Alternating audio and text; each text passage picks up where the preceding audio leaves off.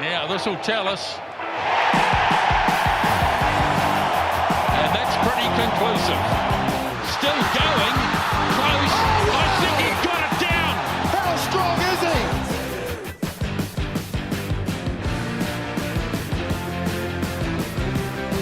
he? We are back.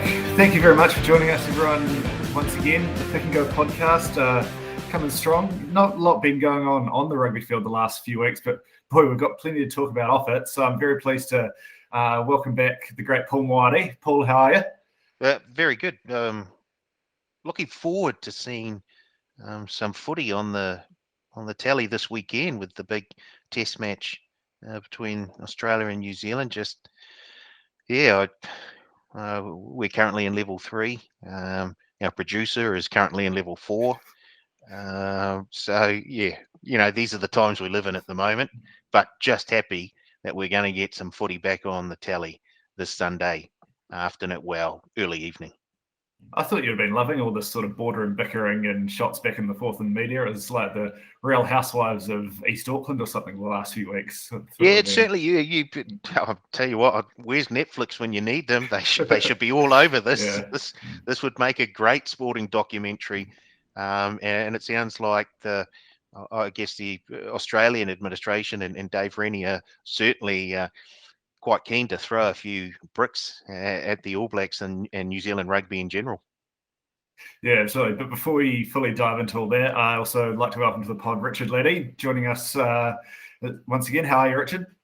Thanks, Patrick. Good to be here. I'm very good. Just here, as Paul said, level 3, but it's been good the last few weeks. There's having a bit of sport on to keep just sane, but the rugby's been a bit thin, but it's going to be great to see some afternoon footy over there. Hopefully the sun will be out. It'll be a nice day in Perth, and we'll be treated to a bit of a spectacle.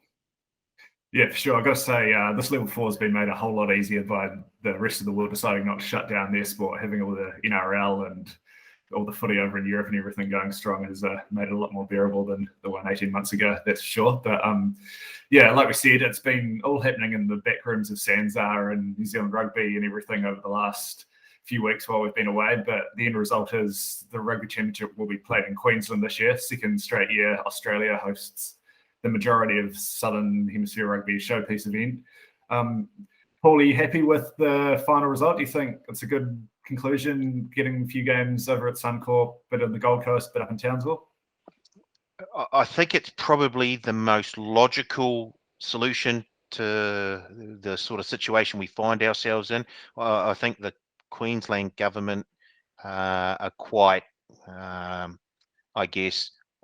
a wee bit more receptive to these tournaments and are happy to, if not break rules, bend them slightly so that the tournament can continue even if the background changes or in the community sort of thing. Whereas, as we know here, we can move from level 1 to level 4 in the blink of an eye. So I think in terms of the tournament going ahead and being able to go through to its finale, then Queensland was probably the best place to go to.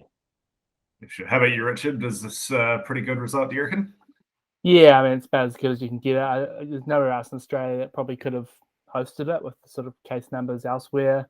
It would have been nice for New Zealand to have a couple of games. And if you told me a couple of weeks ago that New Zealand was having a couple of games, you wouldn't have been asking too many questions. But yeah, as Paul said, it's just such as the world we live in, how quickly we went from level 1 to level 4. It's probably the best sort of scenario we're in, I reckon. Yeah, I was actually kind of hoping we might have got a few games over in Europe. I know it wouldn't have been great for us kickoff time-wise, but especially that you've got the 100th test between the Springboks and the All Blacks. It's going to be played in front of probably 12,000 people up in Townsville, thinking it's a Cowboys game or something. And so you could have had that at Twickenham or the Millennium Stadium or something like that. Yeah. And I think it seems like that was maybe the angle New Zealand Rugby were going for. There was, a few talks about maybe event promoters that has ties to Silver Lake and other things that maybe got the other members of Sanzar up in arms. So that's why that didn't end up going ahead. But obviously, it wouldn't have been great having to wake up at 4 or 5 o'clock in the morning to watch some of the games. But I think atmosphere-wise... If they put it on at 7 at night over there, then it's not too bad. here we can get up, have bacon and eggs, and watch the 100th Test between the All Blacks and the Springboks. But yeah, not to be. Yeah, and you got full stadiums over there as well now. Like watching the Premier League the last few weeks has been great, having all the fans back. If could have got 80,000 into Twickenham for a couple of those games, I'm sure the amount of Kiwis and Saffers and Aussies over in southwest London would have packed it out, no doubt. It's quite ironic that the 100th Test between the Springboks and the All Blacks will be in front of the smallest crowd ever for a Springboks All Blacks game. Yeah, ironic's certainly one way to put it. It's going to be pretty weird. That's true. I suppose at least it's on a neutral venue, so that's one thing they can cling to. But yeah, we'll get more into that later because there's plenty more been going on. Obviously, I'd say the big news only just come through the start this week is the confirmation of the Super Rugby Pacific. I think it's going to be known as we'd sort of had a good inkling on what the format was going to be for a while with the 12 teams, back to the good old days of 12-team Super Rugby, 5 New Zealand, 5 Australian, minor Pacifica, and the Fiji Drua. You must be pretty excited to see a couple of those sides taking the park next year, Paul? Yeah, very excited to see the 2 Pacific Island teams jump in there. The Fiji and Drua, I think, will probably hit the ground running just because they're probably going to have a whole lot of combinations that they've been working on for years and years and years. So I'm really looking forward to them. The Pacific team, still not sure what the makeup's going to look like. It may take them a little longer to get up to speed with all the other teams. I'm still not quite sure why Australia have 5 teams. I think they struggle to fill 3. And I think a 10-team comp would have been much better because we probably could have been able to fit in 2 rounds, home and away, sort of against, so you play every team as opposed to the format that we have here with 12 teams where you play you play all the teams once or something like that, and then 3 teams twice with a focus on derbies. Yeah, it's an interesting one. It's always going to be hard to balance because the New Zealand derbies are going to bring in the gates. I think a lot more people are going to want to go and see Highlanders Crusaders or Blues Highlanders as opposed to Blues Force or Crusaders versus Melbourne Rebels. But then again, other end of the stick, the New Zealand teams are probably looking at the table going, hold on, we're 5 of the top 6 teams here, and yet we've got to play each other. And if it's all in one table, it would be pretty interesting. Would you have made any tweaks to that format that they've come up with, Richard? Yeah, I mean, as Paul said, a 10-team comp probably would have made more sense. If they've gone with 12, that's fine. I mean, you got to feel for the you got to put a smile on your face and the Western Force back in there, after what they've been through. Hopefully just they for can, Jeremy, just for Jeremy Thrush's moustache, if nothing else, right? Exactly. I don't know if you guys have listened to it's called The Breakdown, the podcast by The Australian. They talk about sort of basically the breakdown of Australian rugby, and they talk about that whole Western Force fiasco. It sort of kind of reminded me of how, the situation they were in.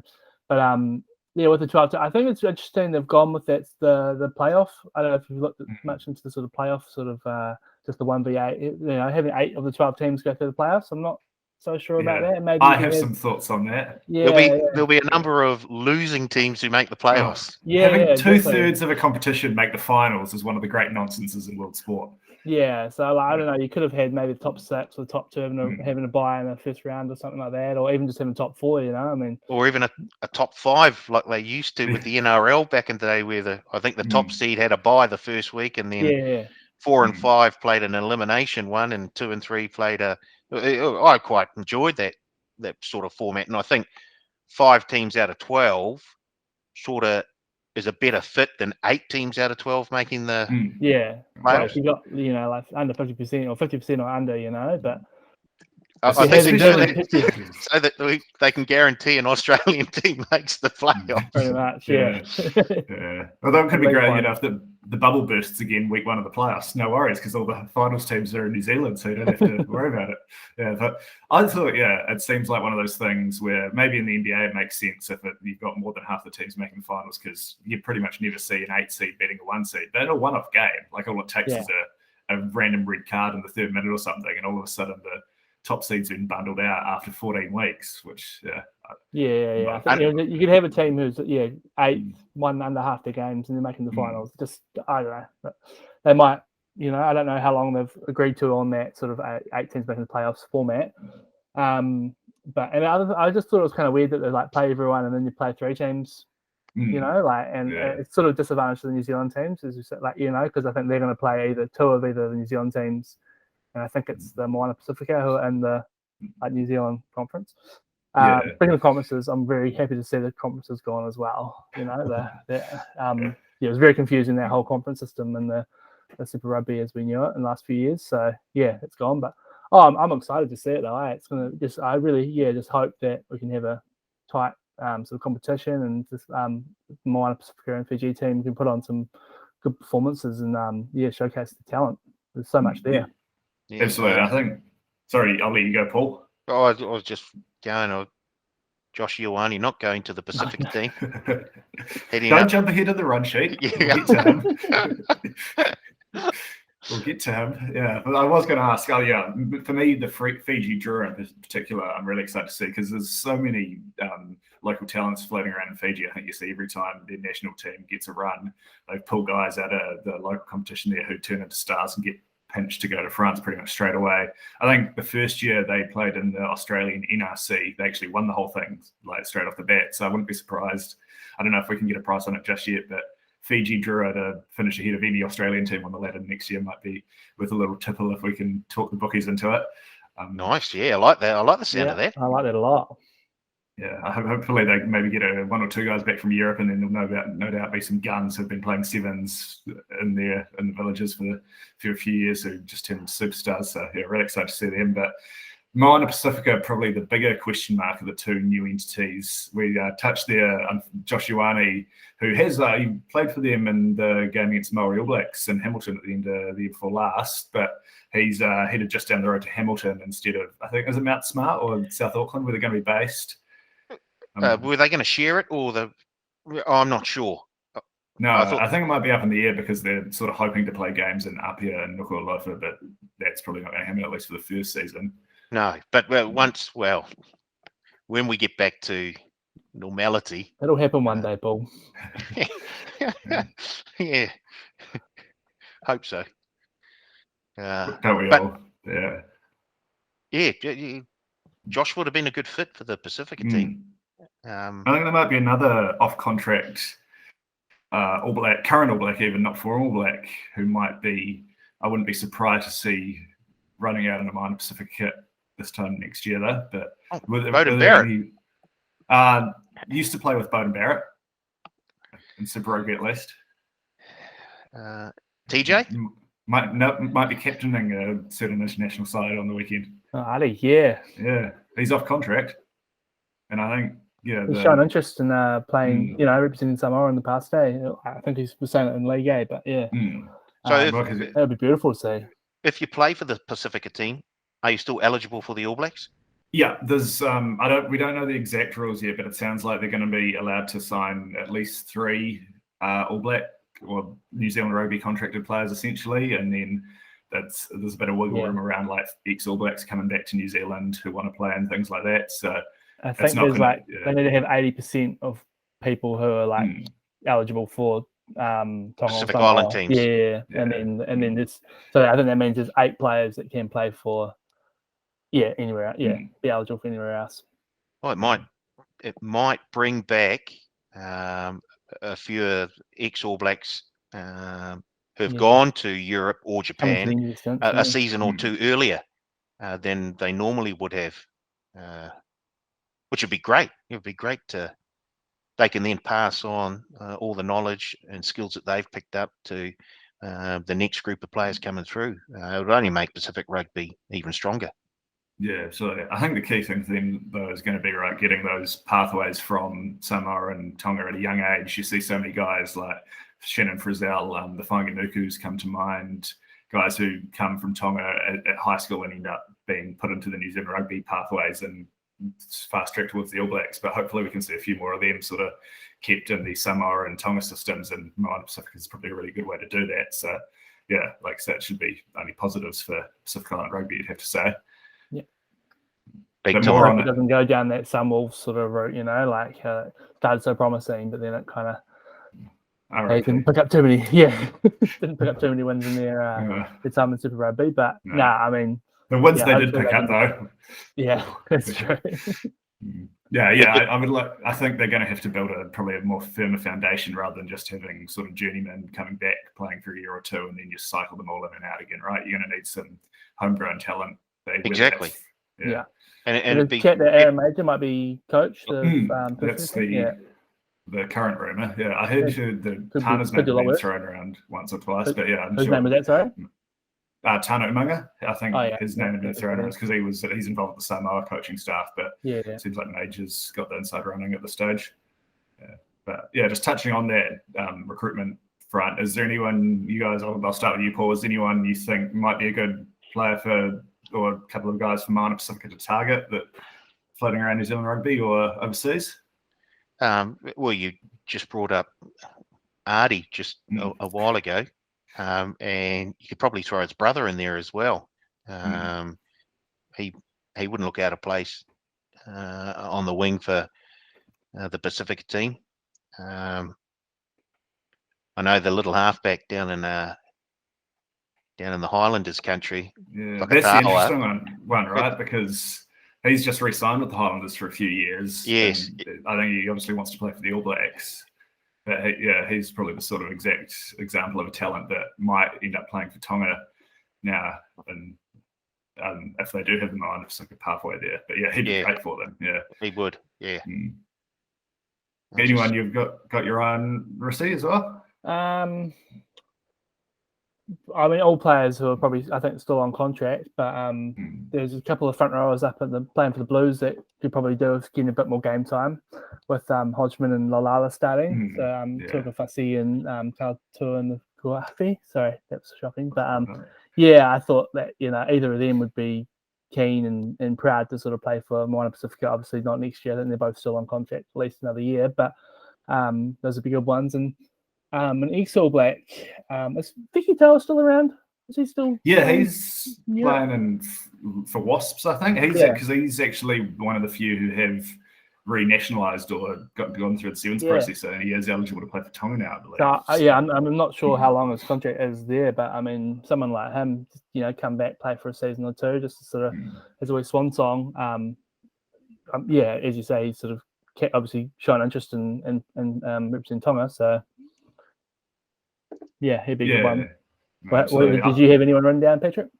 Well, there's a couple of guys. I think it's going to be interesting. There's a lot of obviously Pacific players running around in the top 14 over in Japan, and with the money on offer there, I think it'll be pretty hard to drag too many of them down. But maybe a couple of the younger guys who I don't even know if they're eligible for Tonga still, but have Tongan roots, guys like Hosea Somakai and Tim Lafaele, who been doing really good things for the Sunwolves and in the top 14. I think that would be a really, really good area to target, get away from the traditional Super 14 or the European bases. And this might be, especially guys like that who maybe haven't been playing the highest level of rugby club-wise, it's a chance for them to prove themselves and then maybe use that as a launch pad for a really big money move to Europe. So you could potentially target it that way. Say, hey guys, come down here and you get to test yourself against playing New Zealand Super Rugby franchises 7 or 8 times a year, and then if they make good money in Japan, but they could, if they want to catch the French clubs or those big English teams, could be a way to go. So I think Somaki's one in particular. He was an absolute gun for the Sunwolves that last year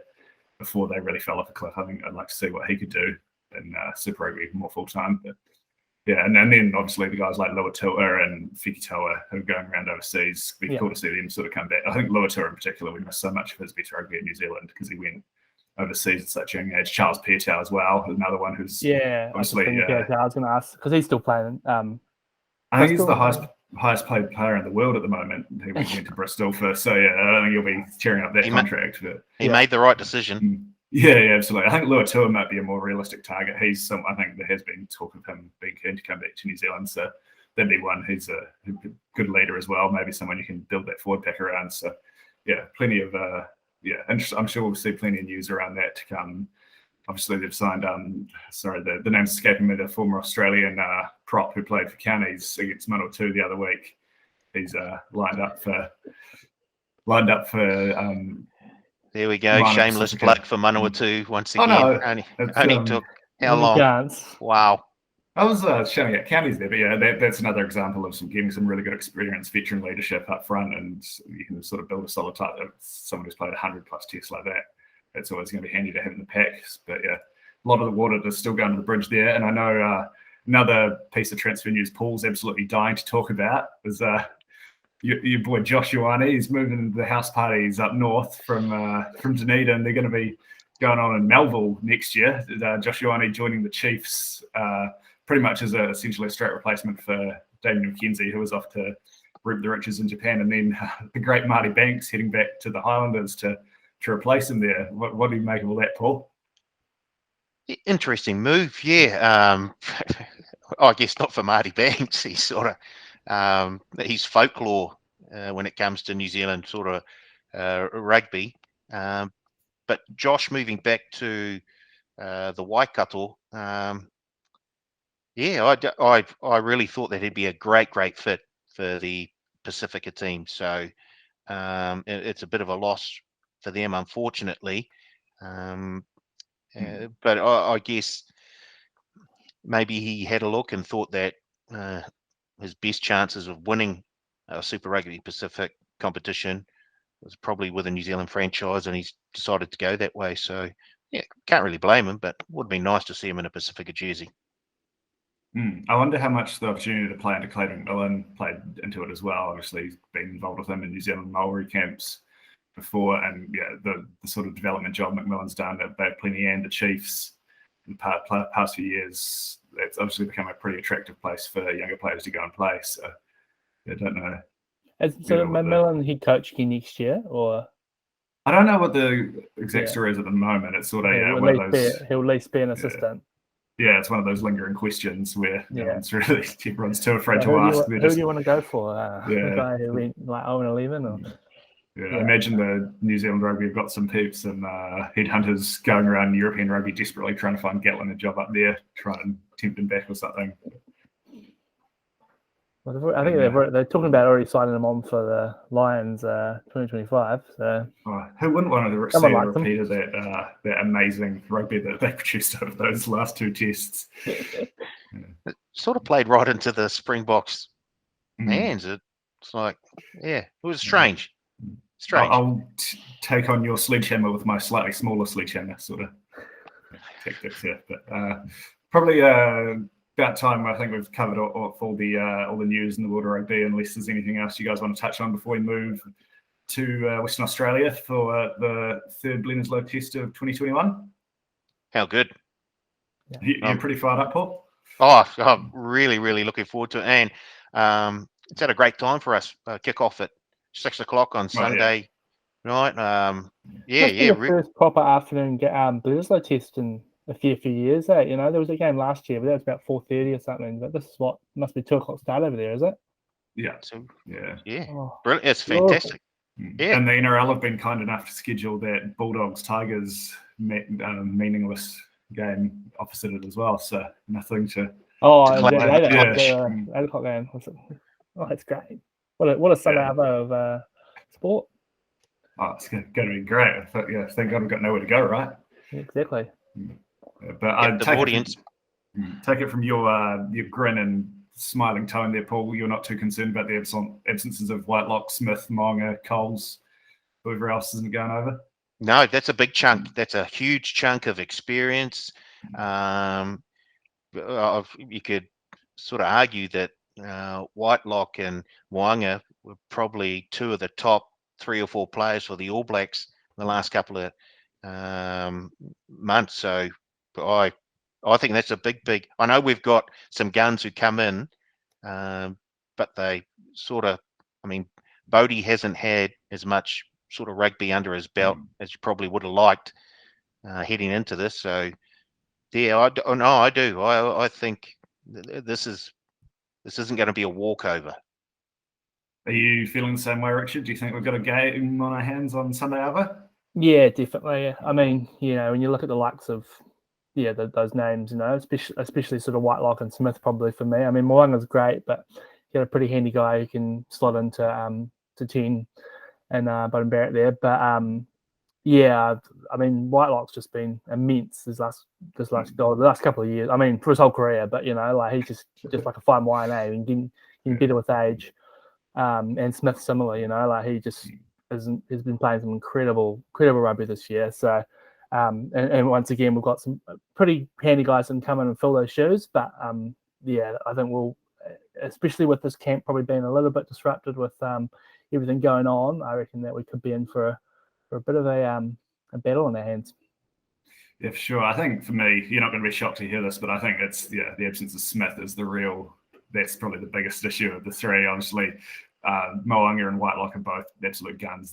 All three of those guys are probably in the conversation for top 5 players in the world at the moment. But at least in Scott Barrett and Bowden Barrett, you've got two Barrett brothers by matter of chance who can both, slot into that. And even then at lock, you got Patrick Turpelota as well as a pretty bloody good 4th choice prospect to chuck on the bench or even give a start if you're worried about Scott trying to take Michael Hooper's head off just before halftime again, like he did last time we were in Perth. But yeah, like and chucking Bodie in the 10 jersey. But I think maybe just looking at that combination, like Bodie's obviously played a lot of rugby with Aaron Smith in the black jersey, less so with Brad Weber probably at 9, or like him and TJ have obviously played a lot as well. But I think just the step down at Test level from Aaron to those 2nd or 3rd, that will be the interesting one. Just the way Smith's been playing as well. And those 2 tests in Auckland, it was absolutely airborne. So that will be interesting for me. I don't want to give away anything, but the 16.5 does look slightly big when you look at all the other factors going on.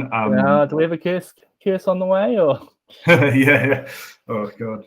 But yeah, if we're going to curse anyone, the Wallabies is to be the team to do it to, right? So yeah. I don't know. Obviously, very excited to see Artie given the captain's armband. Not that there's an actual captain's armband, but he certainly can argue with his performance as captain for the Hurricanes this season. Do you think he'll sort of be that same sort of lead by example, running over everything in his path, captain for the All Blacks?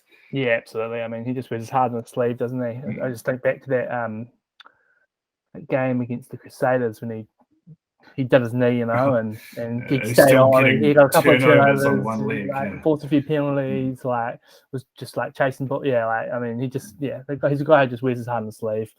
I'm cool to see him get a shot. I wouldn't say that he wasn't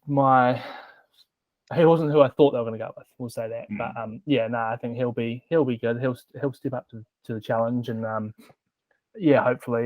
hopefully be able to sort of bring it home. Well, I'm sure they'll be able to bring it home, but it's just by how much, But yeah, he's jinxed it.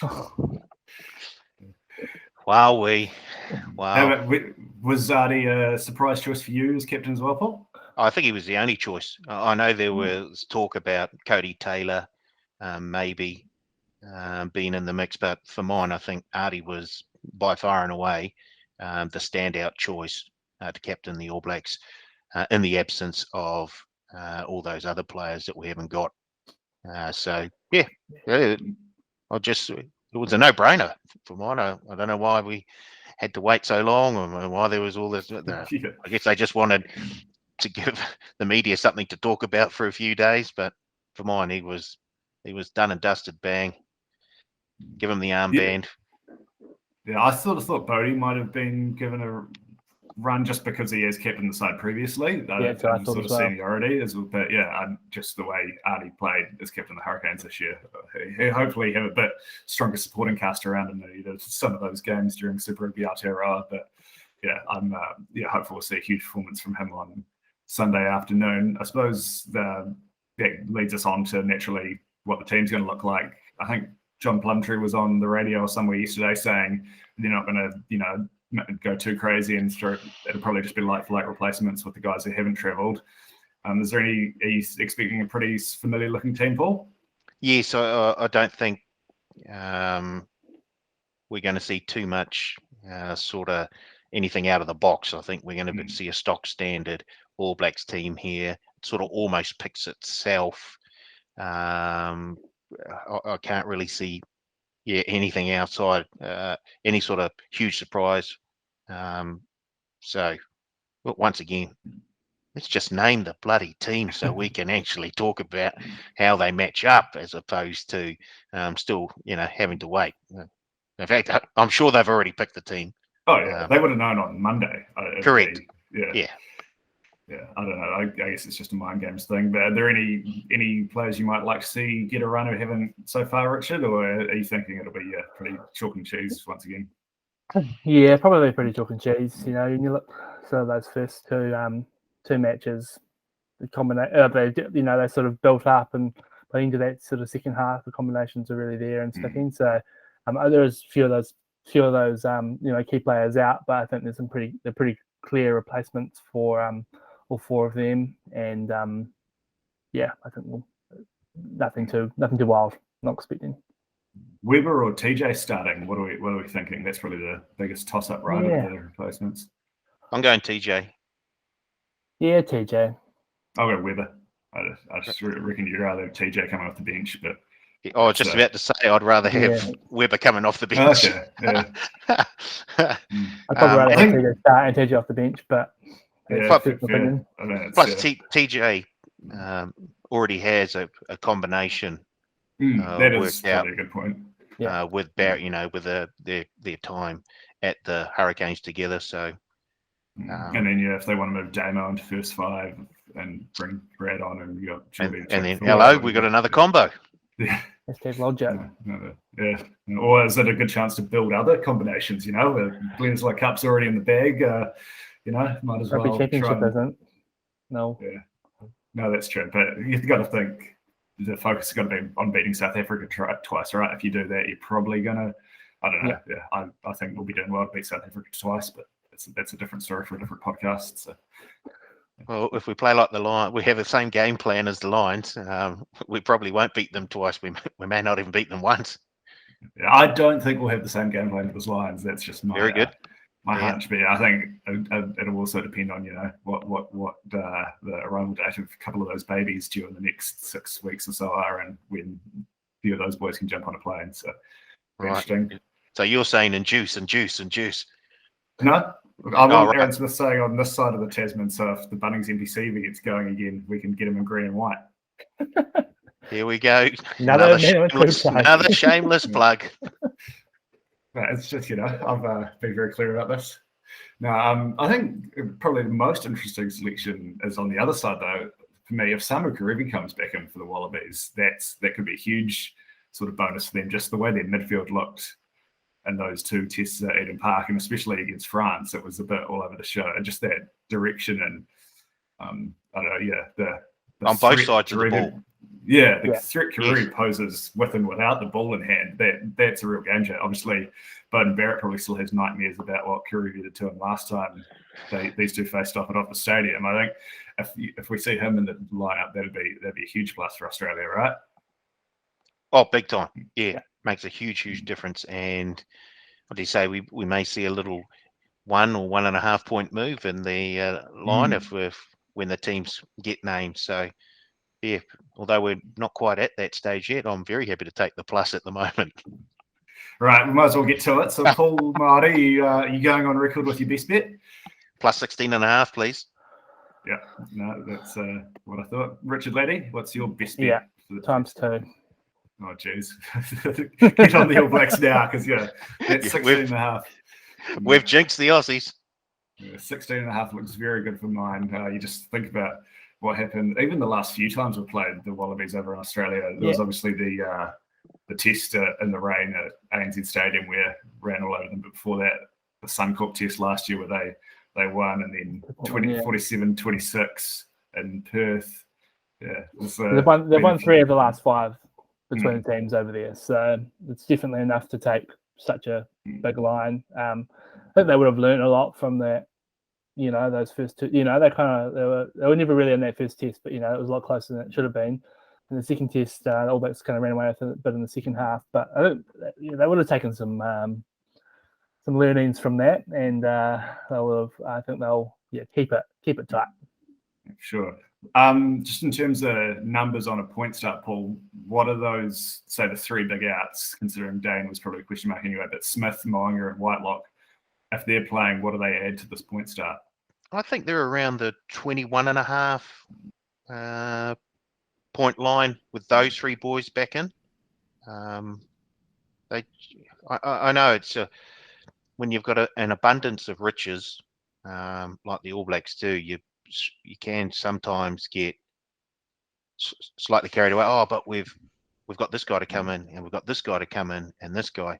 But when you've got, I think you mentioned just earlier, probably 3 of the best players going around in the world at the moment, when they are out or all together, I think that sort of compounds the sort of effect it has on the line. So, yeah, I think we'd probably see a line around the 21.5 point mark.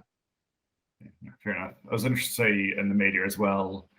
Obviously, there's been a fair bit of feeling between the two camps. Maybe not the players as such, but Dave Rennie's had a few things to say. And then old mate Owen Finnegan came out the other day and said, "Oh, the Wallabies need to embrace that attitude they had back when he was playing, and that real hatred of the All Blacks, and get stuck in and really get under their skin." Do you think we might see the Wallabies try and mix it up a bit more on Sunday over Richard, or would that not be the way to go against this All Blacks team? Yeah, I'm not sure myself. It's sort of. It's just kind of, I think they just stick to what they're doing. It probably worked for at least half of the first 2 games. So, and just hope that sort of the loss of experience for the All Blacks will work in their favour. Just, but we'll see what happens when the teams are named. Really, a lot of it will decide on what the teams are, and then we'll sort of have a bit of an idea.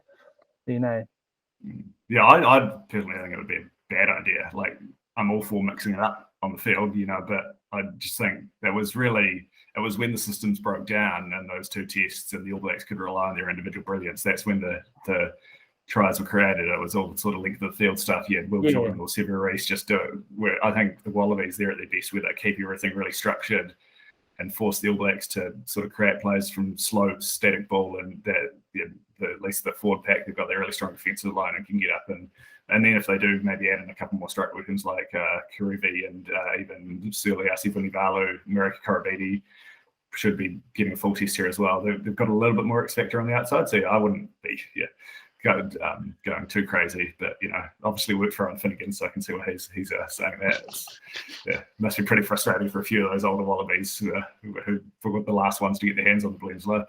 But I think Rennie will have a pretty similar sort of game plan, and just you remove a few of those strike weapons from the All Black side of the field, they're a little less vulnerable to those lengths of the field or 80-metre tries that they conceded 3 or 4 of at Eden Park. So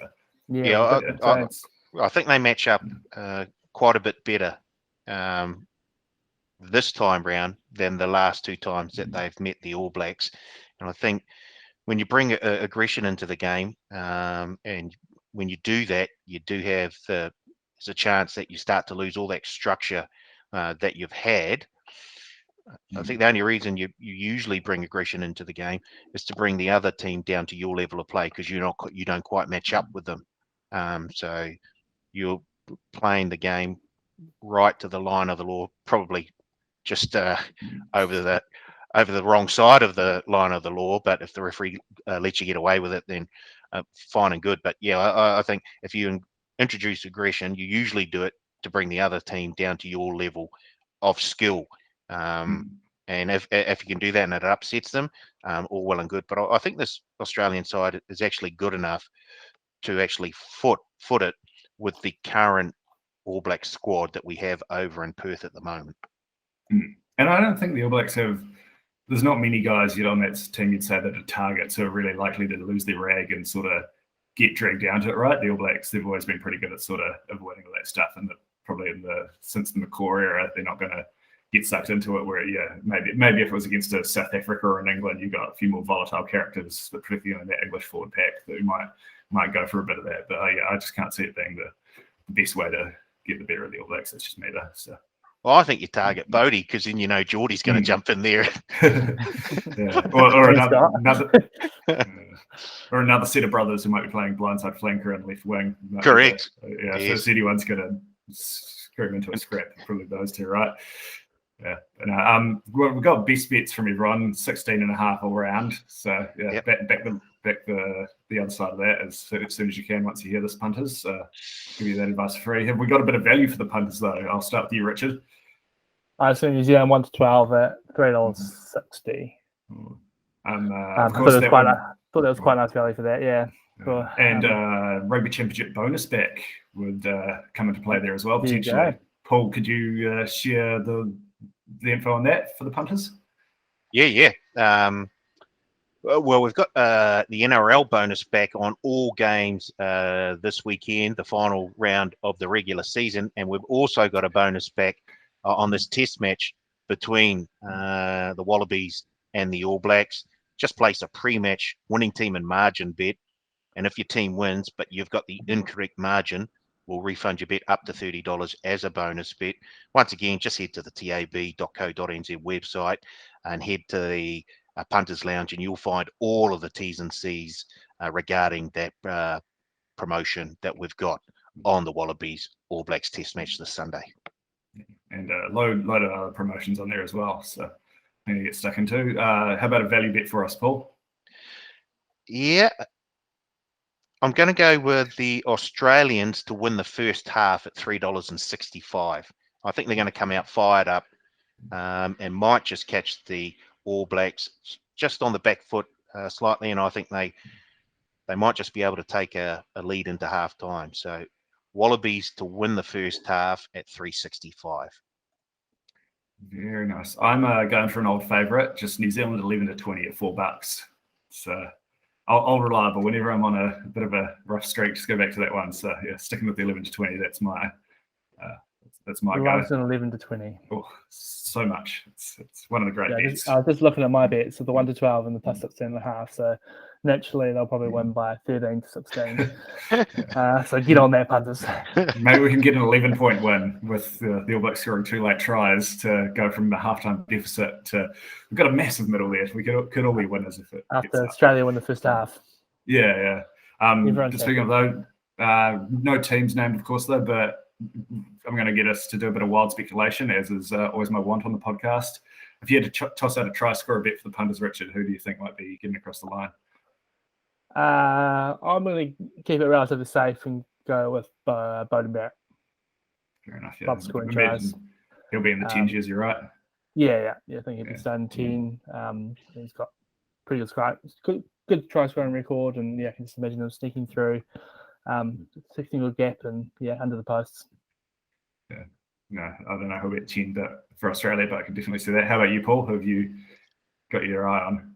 Yeah, I've gone a wee bit leery. I've gone into the forward pack, the deep, dark reaches of the forward pack. I've gone with another Barrett, Scotty Barrett, to score a try. Redemption game. I thought you were about to steal my try score bet, but you didn't, so I'm happy about that. I'm going even a bit further into the trenches. One of Paul's favourite bets is obviously go the hooker. Go the hooker, but I'm not going to take Cody Taylor. I reckon Simisoni Takeaho will be probably the backup hooker this week, and we've seen him have a few set plays drawn up from whenever he's come on. He came on with not long to go. Who was it against and scored 2 tries? Yeah, against Fiji, absolutely crunched. Was it Moses Sorovi who got put out into the wing because they had no healthy wingers, and then about a second later had that freight train just bearing down on them, coming right at you. So, yeah, and especially if it is a bit close, we sort of saw in that first Fijian test, the All Blacks do revert to type when they need to, and just win all rolling balls and set pieces. So, presuming this will be a bit closer than the Test Eden Park, I think they might need to grind it out a bit more, which could see some rolling balls. And I reckon Simisoni will be able to get on the end of one of those to get across the line for my try score bet. That's plenty of punting wrapped up for the test. Obviously, we'll be back next week because 2 tests in 10 days' time. Once the Rugby Championship does get to Queensland, we welcome the South Africans and Argentinians back into the fold for this month-long festival of rugby. So thank you for joining us, boys, and we'll be back in some shape or form to break down all the action from Perth and get into the meat of it next week. Yeah, we might talk about Manawatu next week as well. Oh, we always talk about money too. Yeah. They'll get a plug. Yeah, if there's any more, if the rugby was pushed back anymore, we're just going to do a history of Manawatu rugby podcast where I just go on and we take turns breaking down each shield defence from the late 70s with various guests. So, yeah, be thankful you don't have to listen to that, punters. Oh, yeah, who are we talking about? We're talking about Cowboy Shaw and Mark Donaldson. Were they around in that era? I think Cowboy was a bit later, but yeah, Bullet was certainly in that team. You got your Jeff Olds, your Bruce Amara. Oliver. Yeah, Frank was the captain back in those days. Yeah, one of the great forward packs. Let's just do it now. Yeah, Stop it. Let's get out. Yeah, all right. Anyway, I'll let you guys go before I just start, regaling tales from the showgrounds in the 70s. But thank you very much for joining us both. Appreciate you handing over your insight to the punters, and hopefully we can find a winner or two on the weekend. Yep, go well.